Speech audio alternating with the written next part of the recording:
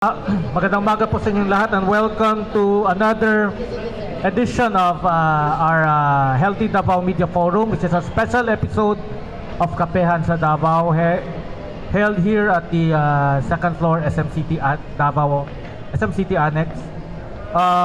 Healthy Davao Media Forum, we discuss mga health-related issues and concerns with the help of our resource person who are medical professionals who have shared their time coming over. Galing pa atato sila sa SPMC, layo kayo ang gikuha nila pato diri sa SM.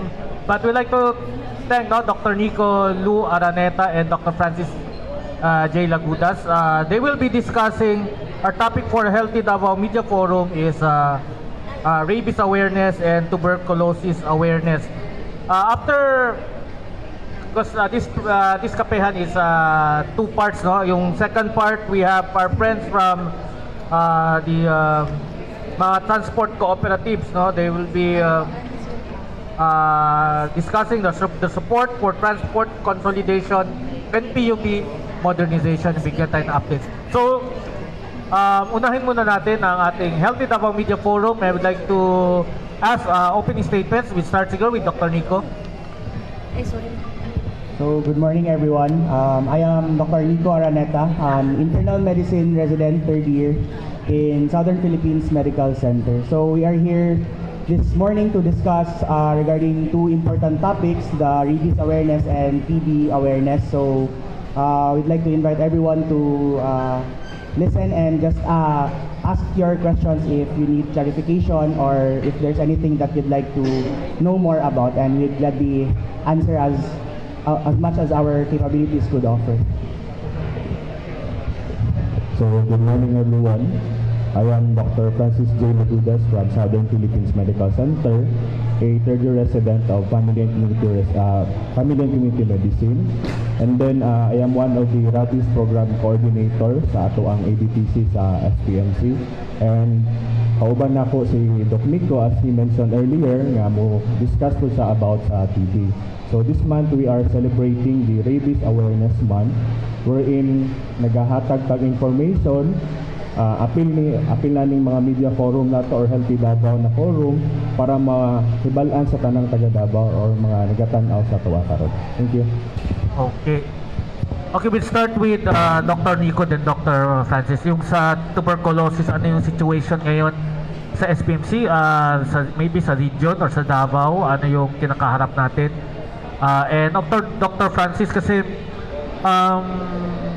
there was this animal advocate. Sabi niya maraming sila na-rescue na mga aso sa kuan na merong na positive rabies. Kamusta ang situation natin sa rabies dito sa region or yung hinahandle niya sa SPMC? We'll start with Dr. Nico. So, current situation for TB in Southern Philippines Medical Center, a rough estimate would be around 30 to 40 cases, positive cases from Gene Expert that we diagnose per month that we start on anti-TB medications. So, wala pa kami nakatali for this year, but more or less, marami talaga kaming cases na nakikita with history of more than 2 weeks na cough, as well as the symptoms of tuberculosis. This includes our weight loss, night sweats. So yun ang aming rough estimate ng parang cases ng TB sa SPMC, mga 30 to 40. Di ba meron tayong DOTS, TB, DOTS ba yun? Yes, yun yung ating TB center ng Southern Philippines or sa Davao, sa SPMC. All cases na nag-positive for Gene Expert, or usually what we use now is the Gene Expert, we refer them to our TB DOTS or the treatment center natin sa TB, where the patients there are being enrolled and they get their medicines there. So need kasi, since the treatment of TB is around 6 months, 2 weeks na intensive phase, and then 2 months na intensive phase and 4 months na maintenance phase. So that's a really long time for treatment for a disease, no? And those patients that we only instruct them without any guidance, like our TB center or TB dots, they often have, or they are often being lost to follow up. So most of them parang ayaw na mag-inom ng gamot kasi haba-haba, 6 months, paano ba nila yan gagawin? So when they enroll in the TB center, they are being guided as to what they need to do, how often they need to follow up, and libre na rin yung gamot doon sa TB center which they give to the patients. Parang I think may nag-guess kami na forgot his name. Parang hotline sila nag-launch, no? Para mga patients or families of people with, kasi yun yung problema, yung naga-drop out sa treatment, and yung paring gamot mahal, yung lalo na pag resistant, yun ba yun? So with regards to our hotline, if there is a patient that is suspected for TB, as like I said, yung merong 2 weeks cough, night sweats, or symptoms of tuberculosis, and if they are not sure where to go, or malayo ba yung SPMC sa kanila, they could do a virtual consult first at our FB page, SPMC Virtual Consultation. They could chat there and give their symptoms. The doctors, our medicine doctors or internal medicine residents would cater to them and advise them accordingly where to get tested, what laboratories to obtain prior to going to SPMC para mas ma-facilitate yung pag-manage sa kanila. Yung sa Facebook nyo, malaking tulong ba yun? How many through Facebook on virtual consultation na na-cater nyo everyday? Our SPMC virtual consultation caters not only to tuberculosis but to all complaints or to all concerns of patients. These includes hypertension, diabetes. Yung iba nagpapa-reseta lang ng kanilang maintenance na gamot. So roughly around marami talaga mga 60 to 100 virtual consultations a day. How many of these are TB? Yeah. Those data I have not gathered, but more often kasi if tuberculosis is the concern, they often see us personally. They often get themselves checked face to face since it would warrant a more thorough physical examination, that means face-to-face examination. And to Dr. Francis, alam, kasi mga Pinoy ngayon, napabuhay nga mahilig sa pets. Or, some groups are espousing responsible pet ownership. But may nag-guest dito dati na sabi nila marami sila na-rescue na mga aso sa labas na merong rabies. So, tama ka sir that we have a pet ownership, no? Responsible pet ownership na ginahatag na mo or gina-educate sa tanan nga mga gabawenyo or tanan nga mga pet owners. Aside from that, it's true na yung mga na-rescue na mga pets na nag-positive sa rabies, no? Since Davao region is fortunate enough, kay naatay laboratory din nga nag-conduct o test kung ang isa ka hayop na infect ba o rabies or wala. And then true enough, sa akong gingon ganiha nga naagin nag-positive nga mga test. With regards to rabies situation sa Region 11 as a whole, in 2023 manggod, we reported 24 cases. However, last year 2024, may abot siya 36 according to the recent na statistics. So, medyo alarming siya, kanitaas, no? And a total of 120,000 na bite cases ang natali na to. With the SPMC in the last 2024, naatay na cater nga patients, bite patients, about 50,000 estimate na to. So, daghan good siya. But with the increasing number of rabies, which is taas siya compare from the past years, alarming din siya and kinahanglan nga tabangan nato para at least ma-eradicate ang rabies. How many rabies deaths ang na-record, human rabies deaths? Since rabies sir is 100% manggod sa total, so 36. about 36 po dito siya. Okay, questions from our friends from media, Mike?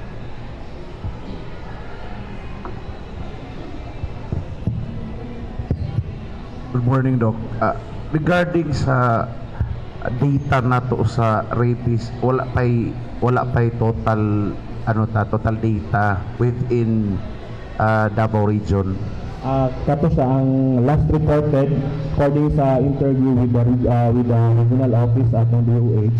2023 we reported 24 cases 2024, 36 siya. So, ni-increase siya. Karon 20. For this 2025, wala pa. Yung usa maguna sa og tali nato. For this year, wala pa tay data nga nag-gather po. With regards to the medication, kailangan especially sa tuang mga vaccine, we don't have problem yet. Especially kabalo naman ta nga na ay problem with the budget also. With the vaccine supply karon nato sa SPMC, we have given a supply, but with the estimate nato sa each year nga nagataas ang mga nagapabakuna, nagataas ang cases, expected na gid po siya nga ma-short gyud. So we are campaigning unta tagaan og another budget, and I think ang ato ang DOH nag-allocate na sad og backup budget para anang vaccines nato. And we have this reports one good pod na there are counterfeit vaccines nga anti-rabies vaccine nga isa sa ginatan-aw nato karon nga problema pod nga mag-cause sa og problema sa in the future. Kaya ngano na ay mga nagabaligya og mga counterfeit vaccine which is mura siya from the original nga vaccine. So ang ato amang yung tendency as Pinoy, di ba? Dito ta mo adto sa barato, which is dili ta sure kung tinuod ba sa or fake ba sa ang vaccine o dili. Naanabay na apprehend or unsa bay dapat buhaton sa ato ang mga na biktima mapaakan para masiguro nga epektibo ang ilahang madawat nga tambal. Last year na ay na-apprehend nagamo ang head sa ABTC or Animal Bite Treatment Center nga counterfeit vaccines. So, ang gina-imbestigahan po niya sa pharmacovigilance na team sa SPMC. Unya, ang ma-advise nako is muadto ta sa accredited nga bite centers katong na ay DOH license o na ay mga license nga nagahatag og vaccine, since kini sila nga mga personnel or kini sila nga mga health care team anad na or kabalo na mag-check sa mga vaccine kung counterfeit or dili. Lastly, Doc, na ay mga cases like tungod kay ang iro is nabakunahan naman siya, murag kumpiyansa na nga di lang kay ano man vaccinated man ang ako ang iro. Possible bang wala kayo risk knowing nga naay bakuna ang iro? With that concern, sir, naagya po yung risko. Kaya wala man takabalo kung katong iro nga nabakunahan, updated ba ang bakuna niya? Kay supposed to be dapat yearly ang bakuna nga ginahatag sa atong mga hayop. And then lahi man ang bakuna sa hayop nato o sa tayo. So better kung nabakunahan ng hayop and then napaakan ka, better magpabakuna gihapon para doble ang protection if ever. Naapag gihapon yung mga incident nga kanang tandok gihapon. Dili gyapon mawala as a Pinoy no mutuo bang good naagya po yung mga cases nga niadto sa ato ang Animal Bite Center nga niagi og tandok, which is ngano mulala sa kangano dili mangutasyo sa tandok kung limpyo ang pagka buhat atong nagtandok.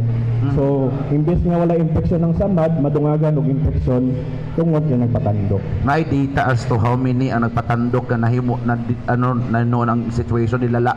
As for the data, sir, wala pa ta nakatali, but we will consider that para at least ma-appeal na to report and then mahatag na to siya as part sa atong health education.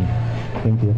Okay, Doc Francis, yung sa vaccine na counterfeit, ano yung price difference sa true yung genuine or authentic na vaccine? With the price difference na asa sa, usually ang isang mangod kabayal na asa sa 2,000 to 3,000.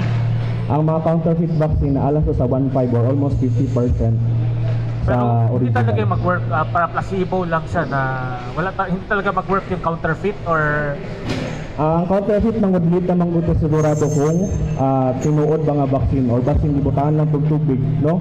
Kaya ang mga tinuod ato nga vaccine agi man na sila FDA, na check sa FDA kung tinuod sa or dili. Ang counterfeit vaccine wala ta kabalo kung na check ba sa or wala. Na natay confiscated items and then reported na sa pharmacovigilance ato sa SPMC. Sir, good morning. Sa counterfeited vaccines po, namatay cases nga ang atuang mga patient kay nag take og counterfeit vaccine pero namatay or With that data, ma'am, wala pa tayo nakuha na mga hinuon na cases. But mostly sa mga nangamatay na to nga pasyente with the rabies cases, kani sila yung mga patient nga wala nagpabakuna or kung nagpabakuna wala gihuman. Sir, unsa karampant ning pag-use og counterfeit? Unsa na ni kadako nga industry diri sa Davao? With that issue po, ma'am, naipanagsa, no? Last year natay one reported case nga natala nato and reported na sad siya. For this year wala pa man hinuon. Sir, dun sa 36 case, as of ano yun, sir? January or As of huli na yan ng 2024. yung 2025, sir, wala pang Sa dagdag? 2025 wala pa Wala tayo pa. data nga nakuha sa DOH. Sir, ano ko lang, sir, kasi may mga cases na hindi lang naman stray animals yung nakabite, no? Pero for those kanang mga home animals na to, usay kanang lapses sa owners usually, nganong magka-rabies ang ilang mga alaga? Usually ang lapses sa mga owners kay kanang napasagdan, ginapagawas na to ang mga pets na to. So better nga naalang yun sa sulod kay kung makagawas man good or makagawas sa ato mga pets, wala ta kabalo ko ang kasalamuhan lang nga pets infected po og rabies nga mapaakan sila. So pwede sila magdala og rabies. Thank you, sir. Kay Sir Nico, sir, ang katong sa TB gani, sir, ang CHO manggod, ningon sila na medyo na ay increase sa success rate sa mga take og medicines, no, for TB. Sa SPMC, sir, do we have similar kanang data or observation also with the cases we handled? Yes, majority of our patients enrolled in the TB dots where the drugs are given freely and they are being guided all throughout their duration of the treatment. There is really a high success rate where we see improvement in the patient and the negativity from the pagkahuman nila og medication. So taas yun ang success rate pag makomplete, especially if makomplete ang medication. Unsa ang ato ang demographics aning kuan, sir? Mga TB patients nato. Usually, since I am in internal medicine, our patients are really above 19 years old. For the pediatrics, I have no data, but majority of our patients are around 30 years old and above. And then it would also increase in our elderly patients where they are already immunocompromised because of their age. And when it comes to location, sir, and siguro the types of job na sila, sir, para lang medyo naami idea. So, pertaining to location, we generally do not pinpoint what type of location, but what matters to us is where or the type of their living condition, since the transmission of tuberculosis is from inhalation or prolonged inhalation from the droplet nuclei of an infected individual. So, muna sila itong mga nagtulo sa mga squatters area or mga tagduol-duol na balay with pure ventilation where they inhale the same air from those who expectorate or nag-ubo na positibo sa TB na wala good nagpatambal sukad-sukad. Kaya if a patient is taking medications for up to 2 weeks, we are considering them as non-infectious. So if a patient is being started on anti-TB medication, we advise them to isolate if they are living in that condition for at least 2 weeks na pag-inom sa tambal, then they could go back to where they are or they cohabit with their family so that they are now considered non-infectious. Sir, last na lang po. Although may increase dun sa success rate and we can observe naman that barangay health workers are really doing its job. Pero bakit a treatable disease like TB still exists in an environment like Philippines? From my experience in the past of patients, usually the majority of the cases we see in SPMC are those that really have no idea regarding its transmission. Usually, especially in the habit of the patients of the Filipino ba na dili magpakonsulta dayon, they tend to unya na lang ako magpa-check up, but chronic cough for more than 2 weeks na dili na gid nila maantos, aya pa sila magduol sa mua, and batak na day sila og TB nga. They are harboring that bacteria and positive ang ilahang sputum sa TB, and then magtakod-takod na sila, late na sila magpa-check up kasagara because wala gid sila idea at all. Most of them from the far-flung areas na dili gid nato ma-reach. in our teaching them or health education. Thank you, Ben. Thank you very much. Hello. Can you explain to us what's the difference between pneumonia and tuberculosis? Pareho lang ba yan? Is it about the lungs? So in general, pneumonia is just defining the infection of the lungs. It could Okay. be anything. It could be caused by anything. It could be viral, it could be bacterial, it could be fungal. So generally, mo na ang pneumonia. Pneumonia, commonly from what we know, is usually bacterial pneumonia. These are caused by a different type of bacteria, such as the most common Streptococcus pneumoniae, which are being treated by a different type of antibiotic. Tuberculosis, on the other hand, is also a pneumonia or infection of the lungs that is caused by Mycobacterium tuberculosis. So they are similar in terms that they are both bacterial infection but caused by different type of bacteria. So parehos dahil sa galing sa lungs ang Yes po. tinitira. Yes po. Yung nangyari kay Pope John Paul, I mean kay Pope Francis as a Catholic, no? Ewan ko lang sa ibang mga religious leaders. Ano bang nangyari noon? Ano ba? TB ba yon? Pneumonia? Sabi nila pneumonia, ano ba? Yeah, actually, I am not in the position to say kasi for us doctors, for us to diagnose a patient, we need to get their history, get their physical Okay. exam. So, I cannot answer it directly kung ano ba talaga ang nangyari. I see. Thank you very much, doctors.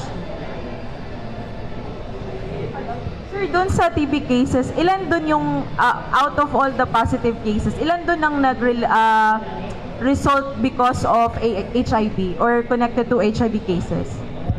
For that data, we have yet to compile, but in our treatment for those cases that have HIV, it is now routinely done to check them for gene expert to rule out PPD before we start them on HIV medication.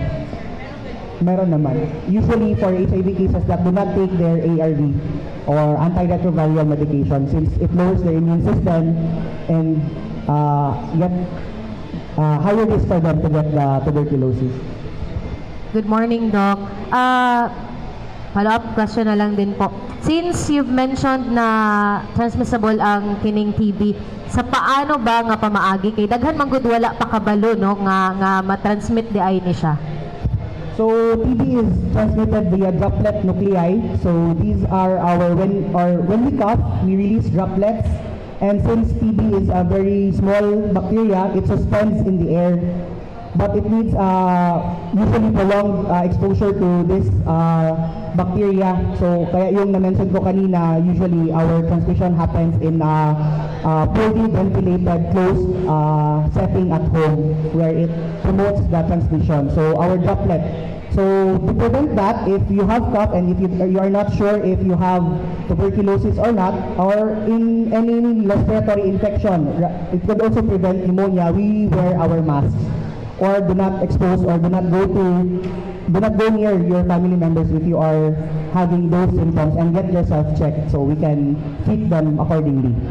Sir, what will happen po sa mga nag-undergo og medication and then nag-stop kay na magiuban no nga dili maka-survive sa taas-taas nga process sa medication? What will happen to them, and matawag pa ba gihapon ni sila og non-infectious?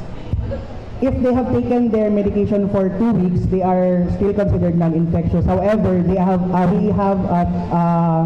reinfection where the TB bacteria would proliferate once again, and it would promote, since they are already exposed to the HRZE drug or the anti-COX medication that we call, it would promote resistance and it would now be more difficult to treat. Hence, we usually get their sputum and test for resistance to our medication so that we could identify which type of drug we could give for this new infection.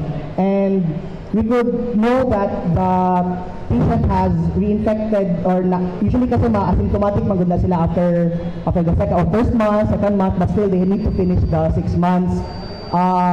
Those patients that we see that are lost to follow-up usually have regained back their symptoms from the initial onset of their TB. So they would have once again have chronic cough more than 2 weeks, weight loss, night sweats, fever, so ganon. Mas paspas ba ang pag-transmit pag ingon ana, sir? It depends on the bacterial load, the amount of bacteria that they are.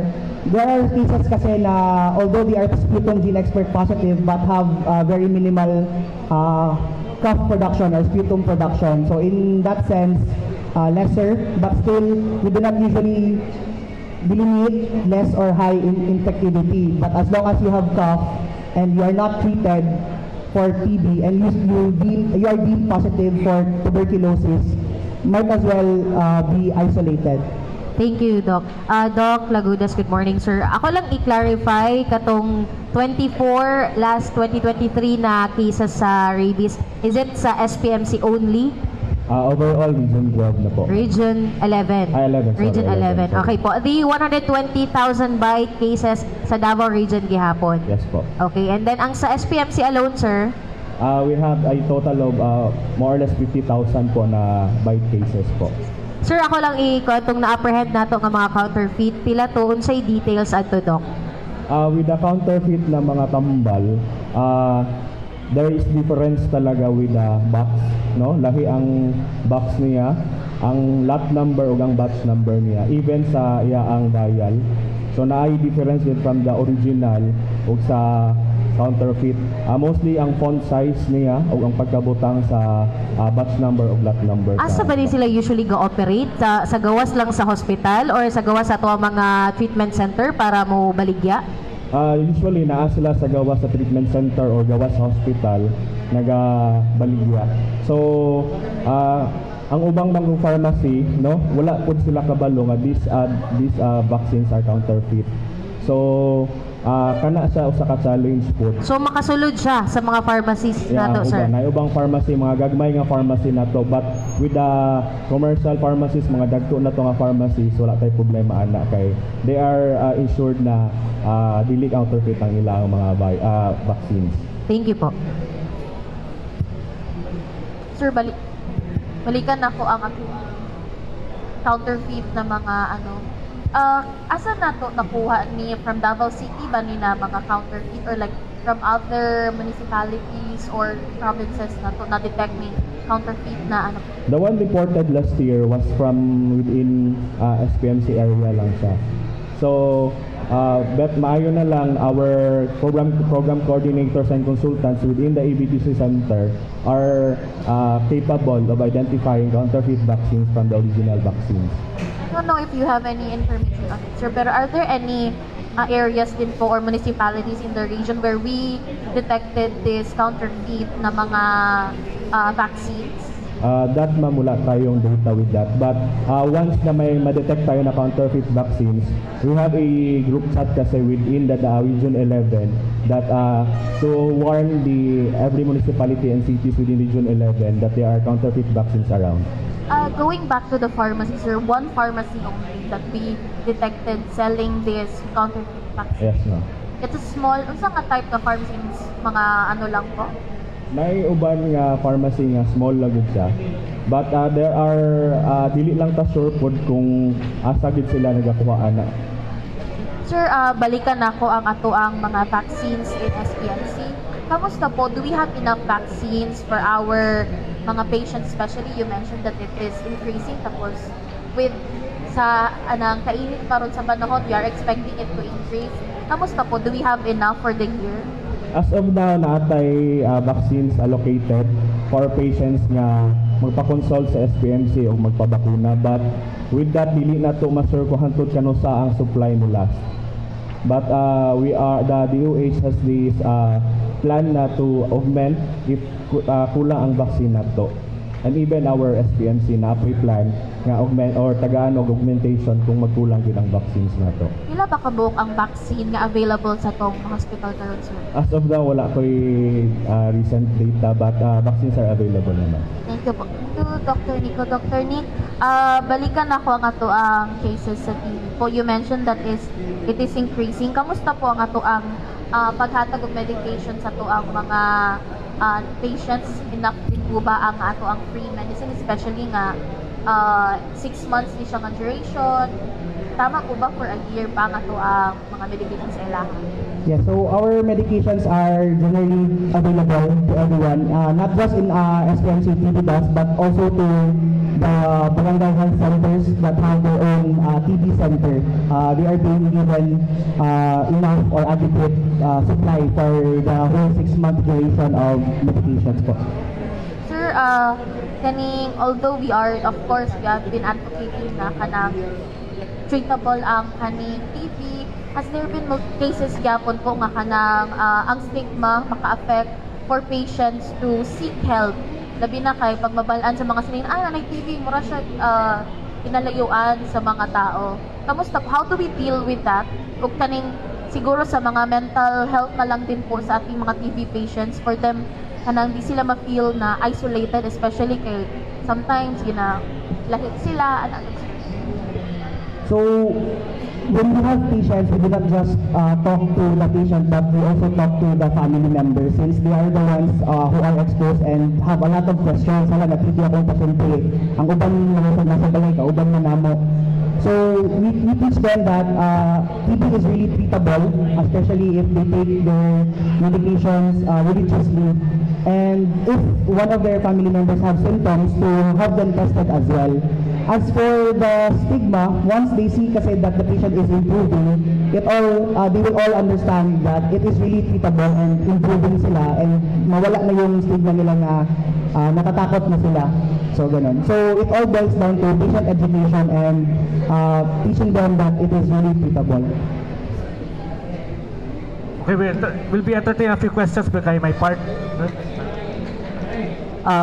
Doc Nico. Doc, good morning. Marvin Ibana sa XFM Davao. Regarding sa stigma, Doc, regarding nini mga TB patients, is it discourage or gina-discourage ba ninyo ang kining intimate activities if couples ang isgutan isa sa ilaha is naaning TB or tuberculosis? We do not directly inhibit any specifically intimate activities, but we educate them that once you are not yet treated for at least 2 weeks, you are still infectious, because it is not just through intimate contact but through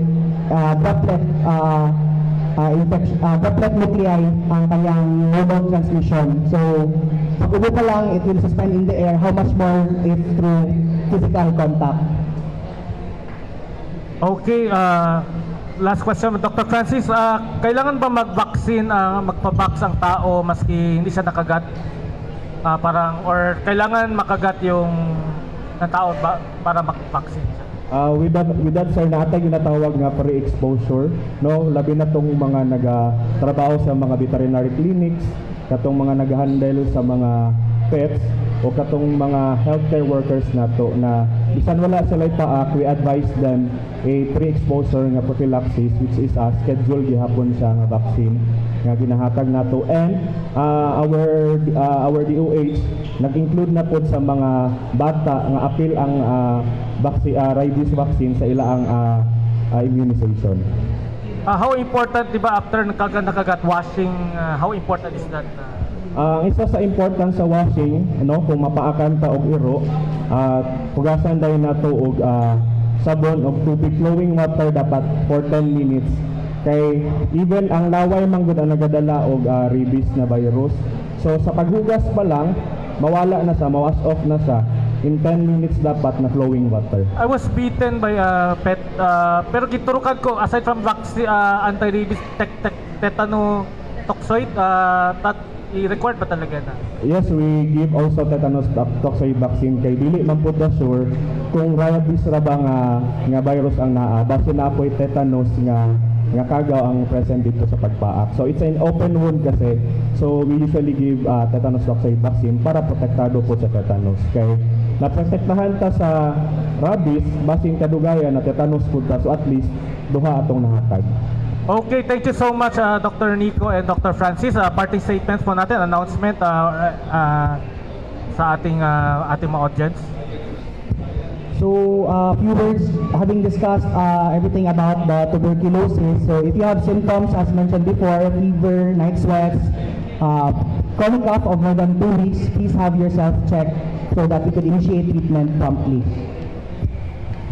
So would like to thank this forum po, Healthy Davao na to nga forum for giving us opportunity to speak with TB and also with the rabies. So this March we are celebrating Rabies Awareness Month wherein naghahatag kag information drive sa ato ang mga lay people or sa mga dili lang sa healthcare workers pati sa mga lay people na to at least naata information or madungagan ang atong hibalo angay sa rabies.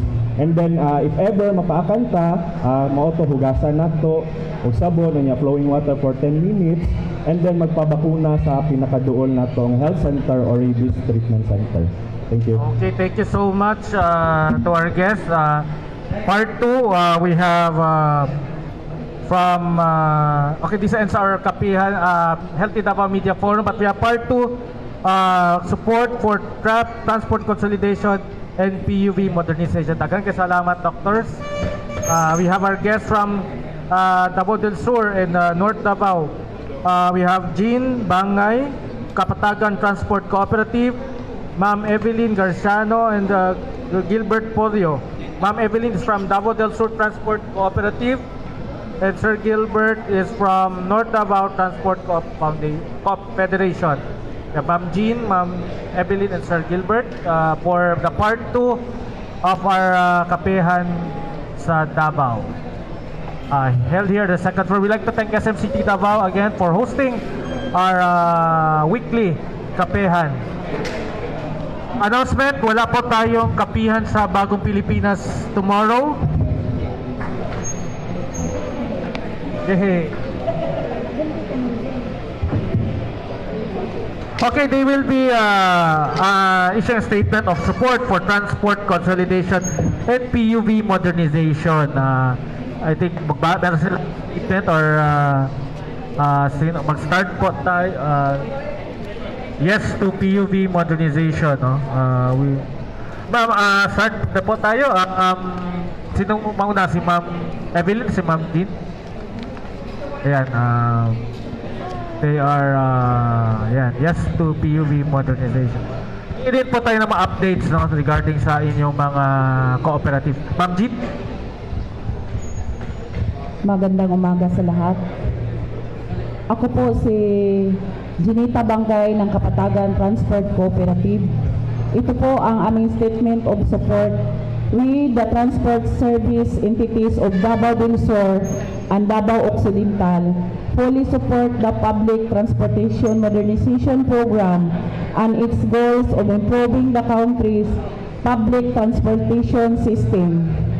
Now that we have felt its benefits not only as an organization but also as active members, directly serving the commuters of Davao del Sur and Davao Occidental, we would like to express that our decision to join this program and consolidate as transport cooperatives and corporation was made willingly and voluntarily. In addition to the improvements in public transportation, we have witnessed the positive financial impact of this initiative.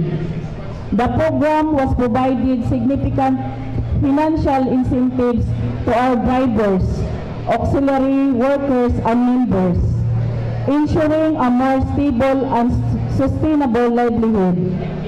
With better income opportunities, safer working conditions, and access to government support, the livelihoods of involved have been uplifted, bringing stability to their families and communities. When we committed to consolidate and join the program, we understand the regulations set by the guidelines from the Department of Transportation through its implementing arm, the Land Transportation Franchising and Regulatory Board, such that we express our trust and confidence in the leadership of LTFRB Chair Attorney Chopilo E. Guadis III, believing in his dedication to fair and effective implementation of the program. As transport cooperatives, we are dedicated to supporting the government's vision for a modern, will organize safe and accessible public transportation system that benefits the riding public at large. Kami po ay nanawagan kay Secretary Benz Dizon na ipagpatuloy niya ang pagsuporta sa PUB MP, na huwag makinig sa ibang grupo na nais lang gamitin ang isyu para sa pre-campaign. Totoo ang datos sa LTFRB dapat ipagpatuloy.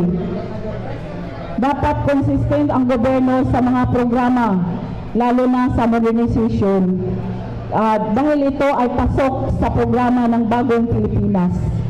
Isipin ang kapakanan at comfort ng mga commuter, lalo na ngayon na umiinit na ang panahon dahil sa climate change.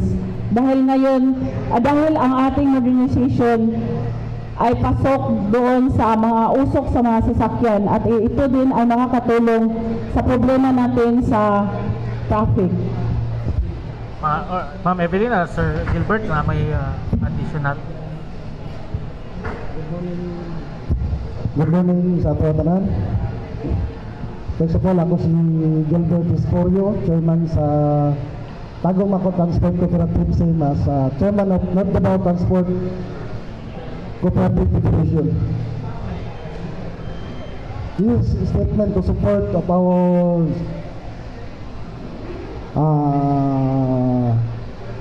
public transport modernization program. We, the officers of North Davao Transport Cooperative Division, express our full support to the public transport modernization program, and its vision to enhance the country public transport infrastructure have been understood and have some first-hand positive outcome of the initiative. We proudly affirm that our decision to join a consolidation as a transport cooperative we made voluntarily and with strong sense of commitment. Beyond the advancement of public transport, we have seen that it has significantly improved the livelihood of drivers, auxiliary workers, and co-op members by providing better income prospects and access essential government support. This improvement has not only contributed to the economic well-being of individuals, but have also brought stability of their families and communities. As a transport cooperative, we remain decided advancing the government goal and modern with structure safe, accessible public transport system that benefits entire the driving public.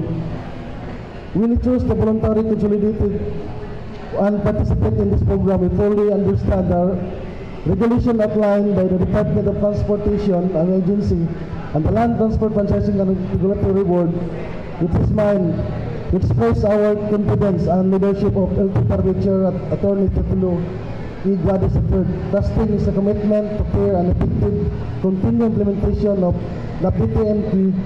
We and North Davao Transport Cooperative Federation are grateful.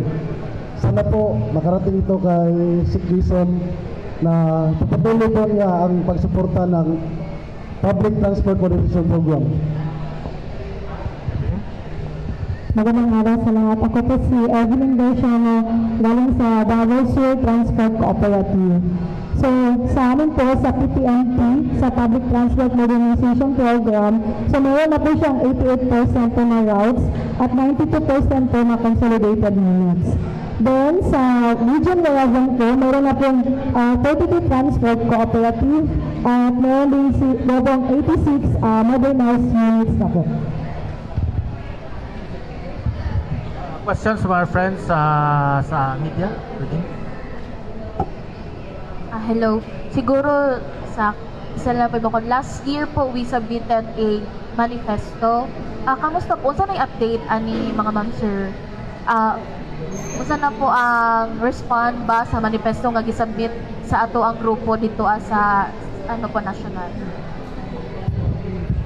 Regarding sa manifesto nga atong gihimo last ma'am, nag-answer naman to ang ato ang presidente nga ipadayon ang modernization program. since we are still promoting the PUV modernization, kamusta po ang siguro sa ato ang kanya-kanya each na mga areas po ang response sa ato ang mga pasahero sa comfort nga gina-offer kumbaga sa ato ang modernized na mga jeepneys? Sa amo ma'am sa Kapatagan, Digos City ma'am. Dako jud kay siya gi katabang ma'am sa amo ang lugar labi na gayud sa turismo. Kay safety ang pagsakay sa mga pasahero, unya maayo ang panginabuhi sa ato ang mga drivers ug uban pang mga empleyado sa ato ang modernized bus.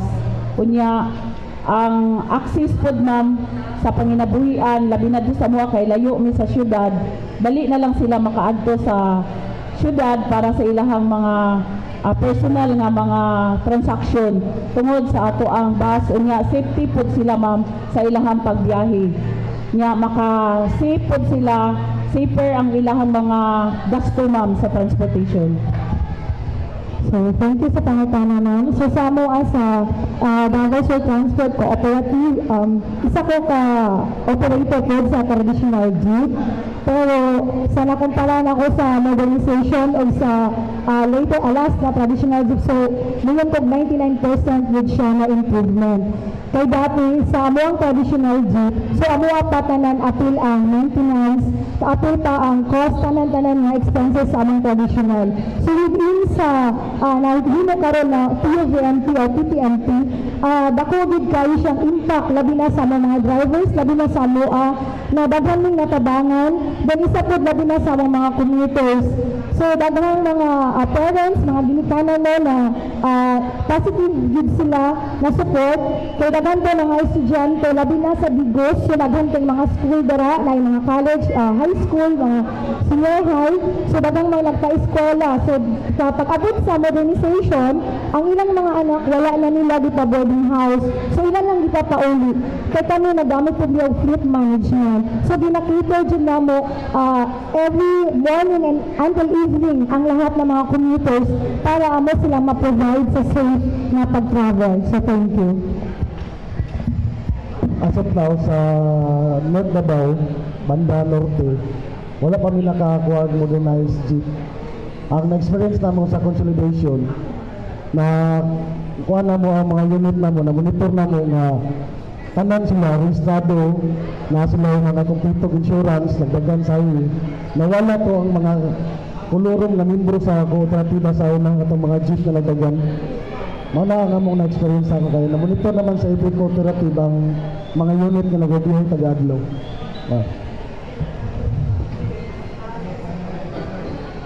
Good morning. Para po din sa iyong as of the moment, usa na mga preparations sa inyong ginahimo sa each na po. Preparation sa kanilang modernization. Preparations in terms sa mga drivers. Sa preparation po, yung sa operation. So sa mga po sa aming co-op, yung preparation po, yung mga drivers po namin, yung lahat ng mga empleyado, meron na po sila mga benefits. So meron na po sila yung fair health, yung pag-ibig at sa yung SSS. So meron din kami ngayon po na yung mga PWD na gusto pong mag-aral, so meron po kaming libreng sakay na ino-offer po namin sa kanila. Pero ngayon sa 2 years pa lang po kaming nag-ooperate. Pero soon to be po, pag meron pong meron pong pagtulong sa gobyerno po, hindi lang po yan ang magiging improvement po ng cooperative. So siguro po marami pa po kaming matutulungan po na ibang mga nangangailangan po, lalo na sa transportasyon. Doon na din kami sa preparation namin ma'am. Una doon sa mga empleyado namin. So, nagbigay na kami ng mga benepisyo para sa kanila. Tapos, gaya din sa sinabi ni Ma'am Evelyn, yun na din ang mga ginagawa sa ibang mga co-op na mga kasamahan namin. Ngayon lang ma'am, kasi yung na-consolidate namin, yung bigay din namin na sa ruta namin is 15 units. So ngayon, parang wala ng pundo para doon sa additional na subsidy. Yun ang hangad namin ma'am na ipapatuloy sana yun kasi kulang yung aming mga units sa ruta namin. So sana ma'am, suportahan ng bago nating secretary na si Sir Dison yung ating modernized bus para yung marami pang nag-consolidate ma'am na wala pang mga units dahil na-stop yung pondo doon sa dalawang bangko natin na authorized, yung BBP at saka yung land bank kasi wala na daw pondo yung natin, subsidy. As of now, sa North Davao, we're still on process sa loan, but unfortunately, nag-stop ang budget sa Land Bank and the DBP. So, I'm still waiting. So, I hope si Secretary Dison na mabigyan niya ng pansin yung dapat nalagyan ng budget, mabalik yung budget sa Land Bank at sa DBP po. Clarification, so meaning to say, wala pang kulang yung budget o wala pang budget? Ay, wala pa po ma'am. So, na ang ato ang panawagan. Opo. Dungagan ang budget para sa consolidation. Magpapala lang, kung pila ka book each members, sa each co-op, pila ka book members? Sa amin, ma'am, is 31. Pero 20 units po ako. Meron po na akong 65 na empleyado po. 31 members yung cooperative. So, paano yung income ng since Okay naman po. Wala dyan may wala dyan may kulang. So, mas more pa gani, ma'am, nga mas daghan kami o deposit sa among kawan. Mas kulangan kamong modernize sa Davao del Sur. Sa amin, ma'am, 20 ang members sa aming co-op. 11 units ang ngayon, ma'am, ang nagtakbo, ma'am. So, 15 units yung bigay sa amin, tapos kulang pa kami ng 4. Oo. So, based sa ngayon, ma'am, malaki yung kita namin, ma'am. Nagbabayad kami sa bangko every month, tapos sobra-sobra pa yung deposit namin sa bangko, almost 4 million, ma'am. Sa amin, meron kaming 53 units consolidated as of now. Pero meron pang mga ongoing na mga hearing para sa mga nag-affiliate po ng mga rota. Salamat. Adradjo. Hello po. Ang concern magud sa uban kay of course kay basic ang maintenance ba, high maintenance po sa mga bus. No, kay mo man to usual gud madunggan nato sa uban nga mga transport group, then made in China, basic high maintenance, basic walay income ang driver. Sa inyong cooperative, kumusta po ang income sa inyong pagmamasada po? Okay. Maayo kayo nga pangutana, sir. Sa amo adjud mo epektong pangutana nga kanang dako kayo o gasto ang modernized bus sa ihang maintenance. Sa amo, sir, dili na siya tinuod. Kay ang amo ang unit down payment sa AutoKid. So giingon nila sa pagsugod nga dili maayo kay China made siya. Amo sa kapatagan kung nakaadto mo subida bahada gyud, sir. Unya ang seating capacity sa bus is 24. Sa amo, sir, dili na adyo mga time nga dili na mo masunod tungod kay naay mga barangays nga amo ang magian.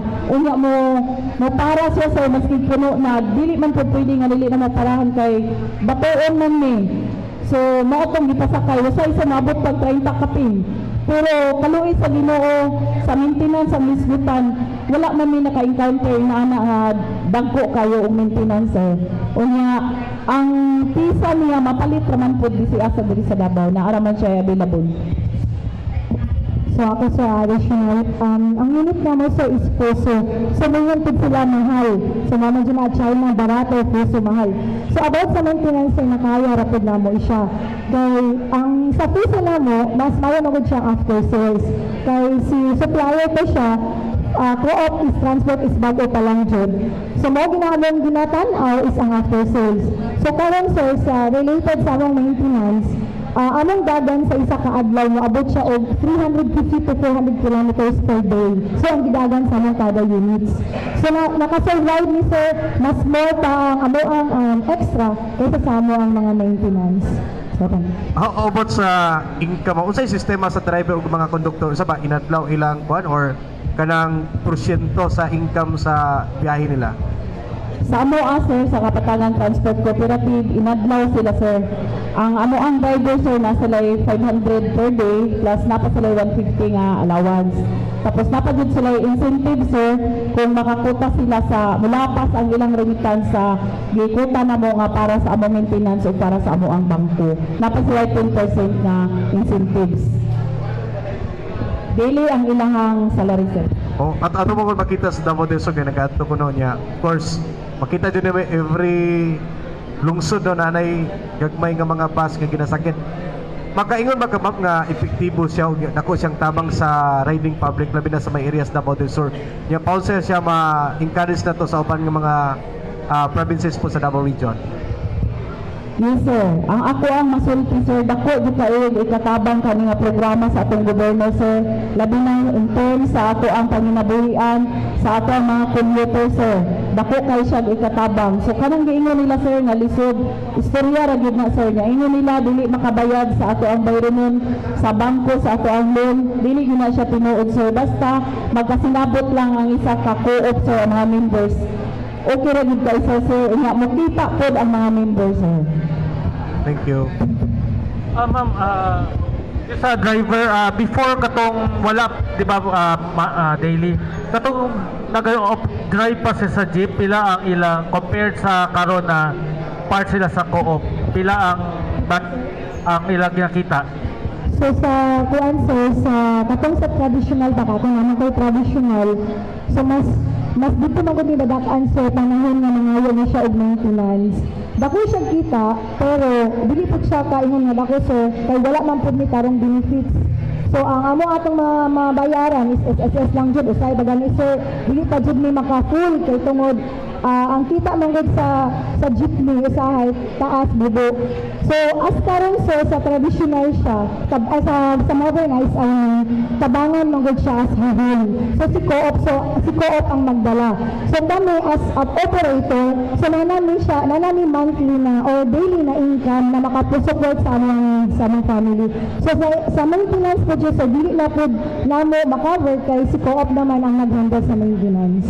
So thank you. At this juncture, si Carlo.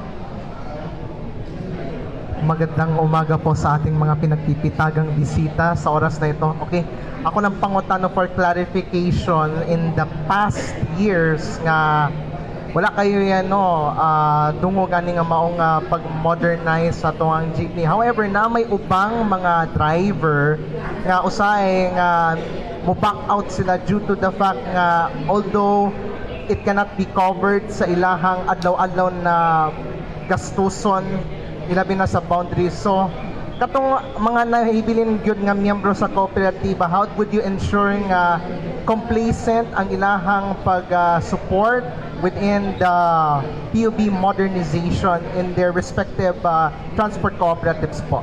Any of you nga makatupag sa pangutana? Kadtong mga member sa una sir nga wala ni appeal karon sa among grupo sa nag-consolidate sa modernized bus, dako kay ilang pagmangay sir nga wala sila ni appeal, dako kay ilang pagmangay nga ni give up sila sir, kay nakita nila karon labi na sa mga sa Kapatagan nga ni lambo gyud sir ang ato ang modernized bus. Gani sir, nagproblema pa ni karon sa pagdugang og unit. Okay, questions? Since wala na mga tanong, we'd like to thank our guests coming. Ikat pa din sila sa Kapatagan o Tagum and Digos. Daghang kay salamat, Sir Gilbert, Ma'am Jean, Ma'am Evelyn. Parting statement sa atong mga bisita. Pangutan ako sa taga Davao del Sur, no? Kumusta ang kondisyon sa inyong mga unit karon? O kabalo mo katong kabalo mo atong Santa Maria o kwan nga napansa. Tagay do big kwan, especially pa atong Kapatagan, pabukid ba na sige lang tagay do. Okay sir. Regarding sa mga unit sir namo karon, wala pa man jud problema sir. Katong hitabo nga aksidente sa Santa Maria Todigo sir nga nasimplang, pareha mi ato unit sir, bunting sa Otokid. Kuan to siya kanang kusog sigud tong pagpadagan ba niya kusog ang ulan, danlog ang siminto sir niya, warag nay nintirap sa kalsada, mao tong kalit siyang break na simplang siya. Ma'am, katong diri sa ato murag wala kay reklamo pero sa ubang lugar man gud like sa Iloilo ug ubang pang lugar daghan kay mga unit nga nangakuan na jud nga standby na. So diri sa inyo haba wala nga nga mga nahitabo. So sa amo sir, kaloy sa Ginoo, especially sa Kapatagan sir, wala pa gyud sir nga kami gyud pinaka risk kay nga kalsada katungod kay bakilid ni as of now sir, wala mi nakasuway sir nga mulubog ang ang bus o tagtulo upat ka adlaw, wala mi kasulay ana sir. Okay, daghang salamat. Atong parting statement, ma'am. Ma'am Jean, sir. Ako ala yung panawagan sa atong gobyerno. Una, magpasalamat ko sa suporta sa atong LTFRB Region 11, sa atong RD nga abdi kaayo si Attorney Guades, ang atong sekretary, atong chairman. Ang panawagan lang yun sa atong bagong sekretary karon sir sa DOTR, si Sir Dison, nga unta iyong tabangan nga mapadayon ang modernized bus nato sa ato ang nasod, kay kami patok kay nga programa sa bagong Pilipinas sir nga mabago ang ato ang transportation sir, labi na gyud kay grabe na kayo karon ang atong climate change. Unya makuan ang ato ang ka-traffic sa ato ang kalsada. Unya makatabang pod kay iwas usok. Unya makatabang siya sa mga commuters, safety ilang pagsakay, labi na sa mga sa Kapatagan nga magdala sila sa ilang kwarta kay mga gulayan dahil dito safety sila. Unya unta sir na kung unsa karon ang programa ani sa modernized bus, ihang tang ipadayon sir, iyahang suportahan.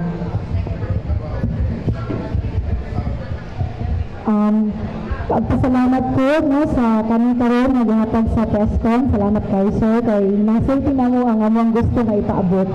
So nagpasalamat, dako kayong pasalamat na ako sa among RD na si Dongdong Llanos kay andan di siyang isuporta sa goal sa kooperatiba sa Region 11. O nagpasalamat ko kang Chairman Guades na isa po nisuporta po sa modernization sa PTMP.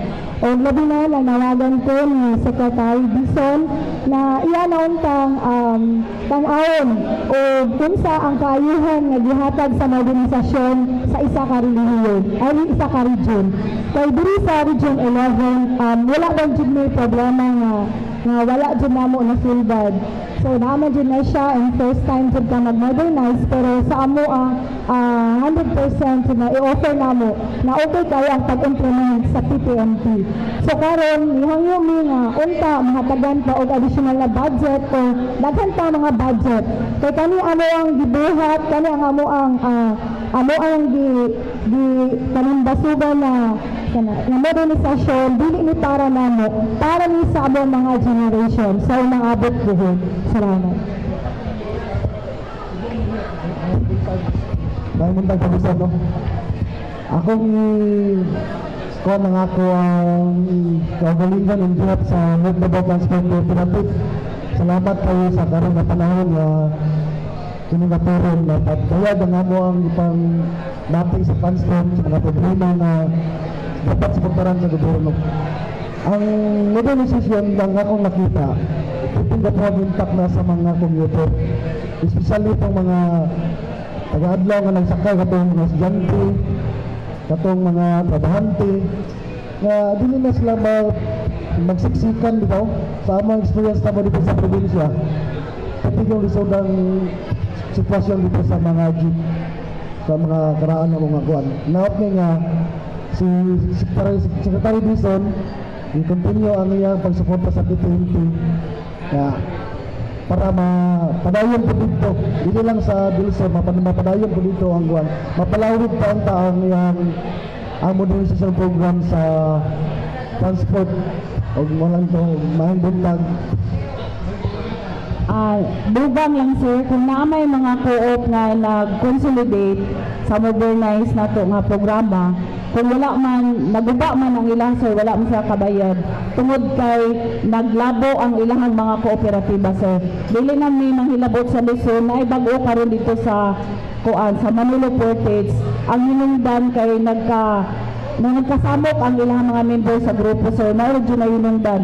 Pero in terms sa pagpadaga sa modernized na programa o sa mga unit sir, okay kayo sir. Dako kami pasalamat na nakaabol na ani nga programa. Okay, daghang kay salamat sa atong guests from the Region 11 Consolidated Transport Groups. We'd like to thank Kapihan sa Davao, SM City Davao, and Krispy Kreme for the delicious donuts and coffee. Till next week, more relevant topics to be discussed.